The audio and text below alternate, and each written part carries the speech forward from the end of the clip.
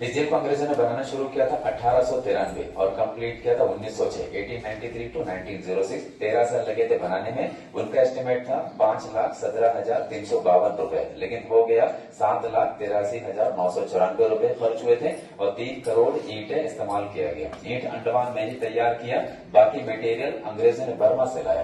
तो जब जेल बना साइकिल व्हील की तरह था। 7 बिल्डिंग थे, कमरे थे 693 कमरे, एक कोठरी में एक क्रांतिकारी।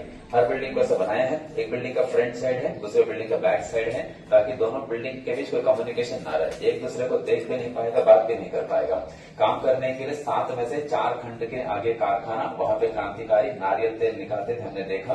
और बीच में है सेंट्रल टावर। अभी हम लोग सेंट्रल टावर के नीचे ही खड़े हैं। टॉप पे होगा अकेला गार्ड, निगरानी करेगा पूरा बाउंड्री वॉल। उनके अलावा 21 गार्ड दिन रात पहरा देगा। हर फ्लोर पे गार्ड होगा। पहला कमरा गार्ड का, उनका दरवाजा बड़ा रहेगा। क्रांतिकारियों का दरवाजा छोटा है और दरवाजे पर लॉक, दरवाजे के लेफ्ट साइड बाएं तरफ इतना दूर है कि हाथ में चाबी मिले तो भी ताला खोल ना पाए। और दरवाजे के दाएं तरफ राइट साइड भी छोटा सा डोर है, खाना देने के लिए बनाया गया। अभी हमारे पास 7 में केवल 3 हिस्सा ही बचा है, 1 नंबर, 7 नंबर और 6 नंबर। बाकी ये 4 हिस्सा पूरी तरीके से होगी का। एक टूटा कैसे?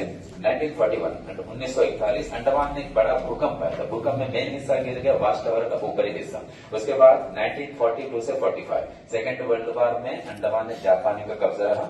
द्वीपों की सुरक्षा के लिए जापानी ने काफी सारे बंकर्स बनाए थे। उस बंकर को बनाने के लिए इसमें से काफी ईंट निकाल लिया। फिर आजादी के काफी साल के बाद 1964 जेल का जो हिस्सा रहने लायक नहीं रहा था, खराब हो गया, वहां पे एक हॉस्पिटल बना दिया। छोटा हॉस्पिटल था, वो बनते बनते आज अंडमान का सबसे बड़ा हॉस्पिटल बन गया। उस हॉस्पिटल का नाम रखा गया गोविंद कल्लप्पन। इस जेल को बनाने का जो इंजीनियर था उनका नाम था मैकलेन, और इस जेल का अत्याचारी जेलर का नाम था डेविड बैरी।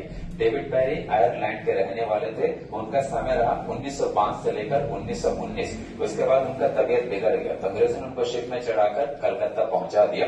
कलकत्ता पहुंचते ही डेविड बैरी का डेथ हो गया। तो इसे देना शुरू किया जोर जोर से। सारे क्रांतिकारी सुन रहे थे बाबा भान सिंह जी को गाली मिल रहा है, तो बदले में बाबा भान सिंह जी ने भी जेलर को गाली देना शुरू किया, उनसे भी ज्यादा जोर से। वो भी सारे क्रांतिकारी सुन रहे थे, जेलर भी देख रहा है, सारे क्रांतिकारी सुन रहे हैं, उसे गाली मिलता, वो नाराज हो गया।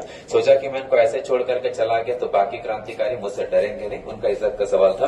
तब उन्होंने क्या किया, तो वार्डरों को छोड़ दिया उनके कमरे में पीटने के लिए। और उन 2 वार्डरों ने बाबा भान सिंह जी को इतनी बुरी तरीके से पीटा कि 2 दिन हॉस्पिटल में रहने के बाद बाबा भान सिंह जी भी शहीद हो गए।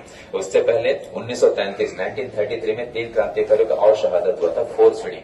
जब क्रांतिकारी भूख हड़ताल करते थे, उनका भूख हड़ताल तोड़ने के लिए अंग्रेज क्या करते थे, पहले मुंह से खिलाते थे, खा नहीं रहा तो हाथ पांव बांध करके जबरन नाक से ट्यूब डाल करके पंप के द्वारा लिक्विड पिलाया जाता था, चावल का माड़ और मिल्क। अब उस वजह से 10 दिन के भीतर 3 क्रांतिकारियों का डेथ हुआ था, महावीर सिंह, मोहित मोइत्रा और मोहन किशोर नामदास जी। तो इन 6 क्रांतिकारियों का जो स्टैचू है सामने पार्क है वीर सावरकर पर, वहां पे नजर आएगा।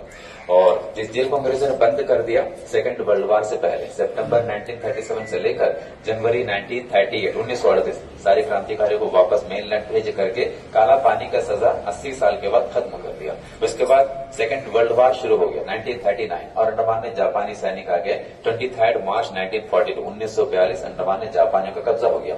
मैक्सिमम अंग्रेज अंडमान से वापस लौट गए। अंडमान भी आजाद हो गया क्योंकि जापानियों के साथ थे Indian national army, Subhash Chandra Bose ji के फौज। लेकिन बाद में जापानियों का जुल्म अंग्रेजों से ज्यादा हो गया। 1858 में जिन कैदियों को अंडमान भेजा था अंग्रेजों ने, उनको तो मैक्सिमम अंडमान नहीं बसा दिया था। अब उनके जो जनरेशन थे उसमें पढ़े लिखे लोग थे, INA के मेंबर थे, इंडियन इंडिपेंडेंट लीग के मेंबर्स थे। जापानीज क्या सोचने लगे कि इनमें से कुछ लोग अंग्रेजों के साथ मिले हुए या उनके लिए जासूसी कर रहे हैं। जासूसी के आरोप में काफी क्रांतिकारियों को जेल में बंद किया, खूब टॉर्चर किया और बहुतों को जेल से बाहर ले जाकर गोलियों से भून भी दिया। उसी के बीच नेताजी सुभाष चंद्र बोस जी अंडमान आए थे विजिट में। उनका 3 दिन का विजिट था, दिसंबर 29, 30, 31, 1943। 30 दिसंबर 1943 सुभाष चंद्र बोस जी ने इस जेल का विजिट किया था। फिर यहाँ से लौटने के बाद जेल से फ्रंट में आगे को जाएंगे, लगभग 500-600 मीटर की दूरी पर है, जिमखाना मैदान भी है, अंडमान क्लब भी है। वहीं पे उन्होंने देश का पहला तिरंगा झंडा फहराया था और अंडमान निकोबार द्वीप समूह को 2 नाम दिया। अंडमान का नाम रखा था शहीद द्वीप, निकोबार का स्वराज द्वीप। और यही दोनों नाम नील आइलैंड और हैवलॉक आइलैंड का हो गया।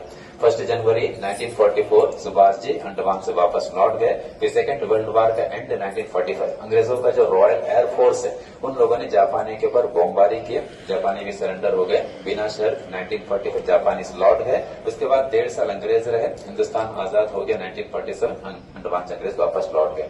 1858 में जब अंडमान ने कैदियों को भेजना शुरू किया था, हर तरह के कैदी अंडमान आते थे और आने के बाद देखा अंडमान आ गया, सजा पूरा हो या सजा में छूट मिले, उसके बावजूद उनको मेन लैंड वापस नहीं भेजते थे। मैक्सिमम अंडमान नहीं बसाते थे, जमीन देके खेती बाड़ी करो, यही रहो। आज अंडमान के जो लोकल्स है उन कैदियों का ही जनरेशन है। इस जेल में जो क्रांतिकारी आए थे मैक्सिमम वापस लौट गए, कुछ क्रांतिकारी अंडमान में बस गए। ऐसे ही अंडमान का आबादी 1858 1858 से शुरू होता है, उससे पहले अंडमान में आदिवासी रहते थे।